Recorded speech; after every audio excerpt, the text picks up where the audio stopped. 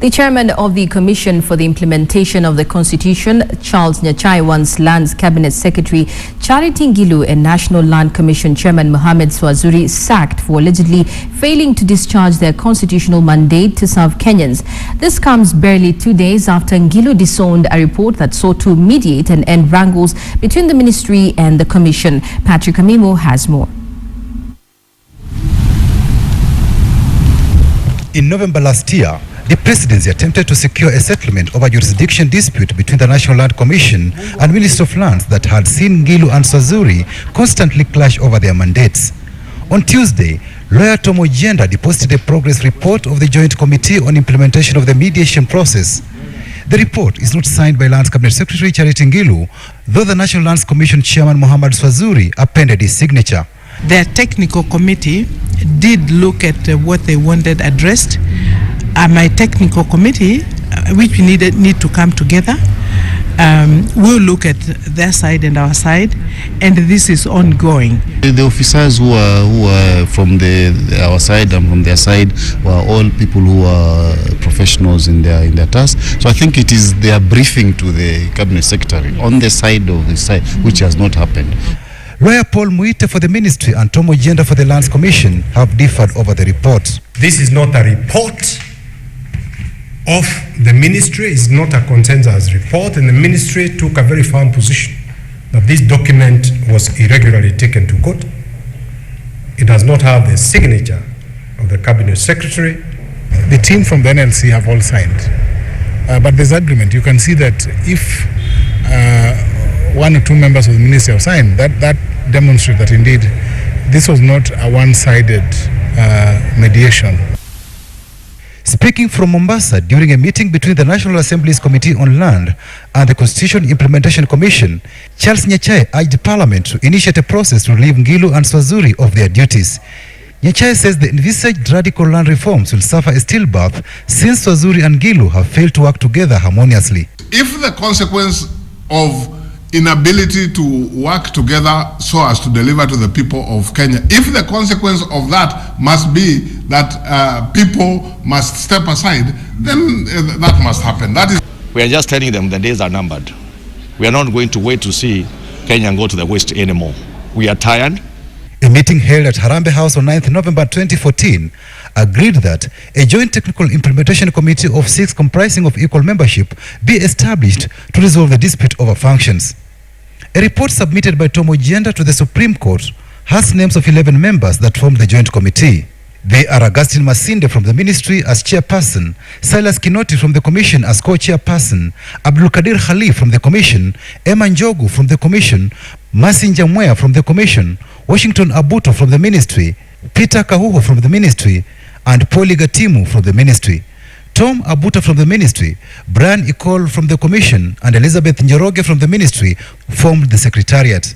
However, Ngilu says the ministry officials in the committee did not have her blessings. The chair of the National Land Commission, for whatever reason, instead of coordinating with the cabinet secretary, ni kama alikuwa na murija, anaweka murija ndani ya Ministry of Lands, anachukua wale watu anataka yeye mwenyewe bila kushauriana na cabinet secretary. The team was appointed subsequent to the State House meeting between the chair of NLC and the minister. The technical committee recommends that the Ministry of Lands should relinquish the function of assessing and collecting land tax to the National Land Commission effective from January this year. It was also agreed that the National Land Commission will process and execute grants and leases as per the applicable law. The Commission under the Constitution has no role to play in issuing grants. The Commission has no role to play in the renewal of leases. The mediation process appears to have collapsed, but both parties to the dispute are agreed that there is need to amend the Lands Act, the National Land Commission Act, and the Land Registration Act to align it to the Constitution. Patrick Amimo, KTN, Nairobi. Now, Samburu County government has demolished structures that were built by a private developer on public land belonging to Maralal Primary School. The structures included residential houses, shops and even churches that were within the school's 5-acre compound. It is not clear who is the owner of the property. However, Samburu County's Minister for Land and Physical Planning, Grace Seneye, says that the school has owned the parcel of land since 1958.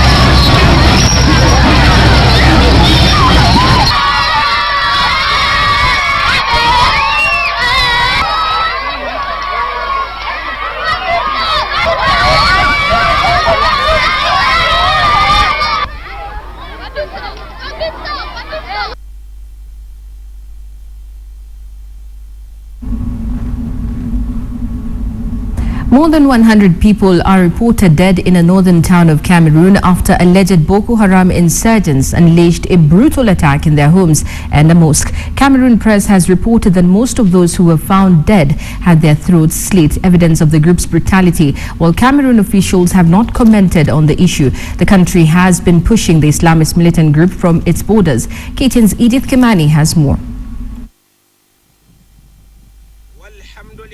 The pictures from Boko Haram's latest massacre are too gruesome to show. Bodies lined side by side, most of them with their throats slit. Observers say this latest attack is evidence of the militant group's increased brutality. The insurgents reportedly broke into people's homes and a mosque in the Cameroonian northern town of Fotoko, leaving behind a trail of death and destroyed property. Just 3 days ago, the group, now thought to be the biggest security threat in Nigeria, killed 8 people in the northern Nigerian town of Maiduguri. Nigerian authorities have been in joint efforts with neighboring countries to fully expel the group. Last week, the African Union authorized a regional force of 7,500 troops to fight the militants who have reportedly led to the displacement of over 1 million people in Nigeria. The massacre in Cameroon is the latest in a series of intense attacks by the group, which has been fighting to create an Islamist emirate in Nigeria for nearly 6 years now. Nigeria, which is preparing to go for its general elections, has been seeking ways to quash the group, which has escalated its tactics from mass kidnappings to brutal killings. Edith Kimani, KTN. Moving to South Sudan now, the European Union has expressed concern at what they are calling lack of progress in South Sudan peace talks. South Sudan, which has been embroiled in civil strife since December of 2013, signed a fresh peace deal last week. But even the EU says it is still not enough. Peace talks in South Sudan have been brokered solely by the Intergovernmental Authority on Development, IGAD, and have resulted in 6 ceasefire agreements. However, all 6 agreements have been broken. The EU says its decision to seek involvement in the conflict is informed by IGAD's failed efforts to broker a successful outcome between South Sudanese President Salva Kiir and his former deputy Riek Machar. The two have been on opposing sides since December of 2013 when Kiir accused Machar of organizing an alleged coup d'etat. The EU now says it wants talks between the warring factions to conclude no later than 5th of March, looking at the long-term solutions. President Uhuru Kenyatta, who is the current head of IGAD, has been overseeing the talks which led to a fresh peace deal that was signed on February 2nd. Moving on now, women from 9 constituencies in Kisii County will now have a chance to improve themselves economically following the launch of Kisii County Women Agribusiness Empowerment SACCO. The SACCO has been launched with the aim of empowering women to start small-scale businesses like poultry and fish and dairy, thus improving food security as well as poverty eradication. Speaking during the launch, Kisii-nominated Senator Janet Ongera said that the launch of the SACCO would influence Kisii County women towards earning profitable agricultural business. She urged the women to profitably use money they borrow from the SACCO.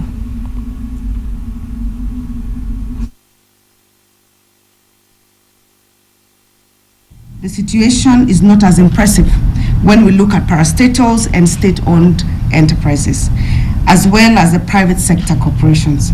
Women are not making it in sufficient numbers, and the question remains, what are the constraints and how can we change the tide?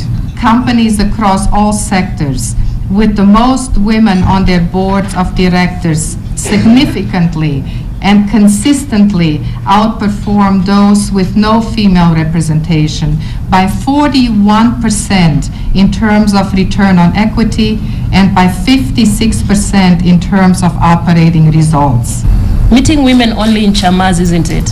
We can change things. We want to see this room full. We want to see more people sitting in these board meetings. We want to engage more and make that difference that is being said. On matters business, the Treasury has signed a 1.8 billion shilling grant with Trademark East Africa for the expansion of access roads in Mombasa. The Port Reason More International Airport access roads will be expanded into dual carriageways to ease movement in the coastal city. The Kenya National Highways Authority will inject a further 900 million shillings into the project to fund design and construction of the roads. The two roads, which cover 6.4 kilometers, are some of the most congested roads in Mombasa that have caused massive delays in the recent past. The Portrees Road is mainly used by trucks accessing the port, linking them to the northern corridor, and has caused massive delays, especially for those going to and from the airport, as well as heading out of Mombasa. Just this week, the government also picked Deloitte and the lead transaction advisor for the construction of a second Yali bridge aimed at decongesting the city and easing movement of goods and people.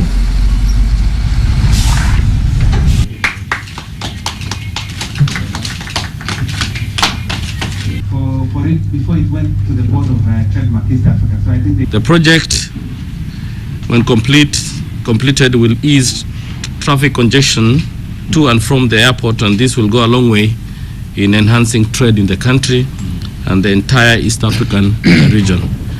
Further, the project will improve efficiency of the Mombasa port and unlock the region's economic potential.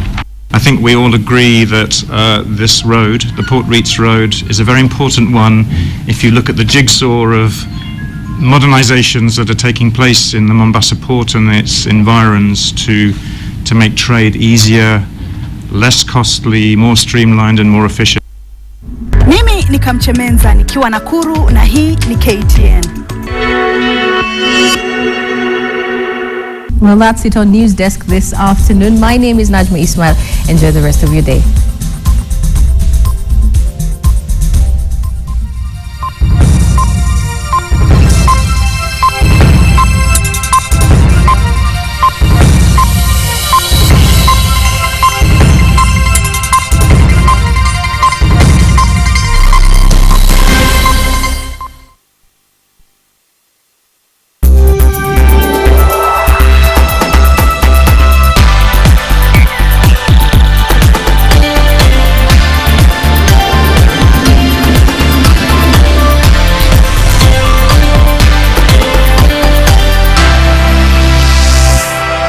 This is KTN. Welcome home.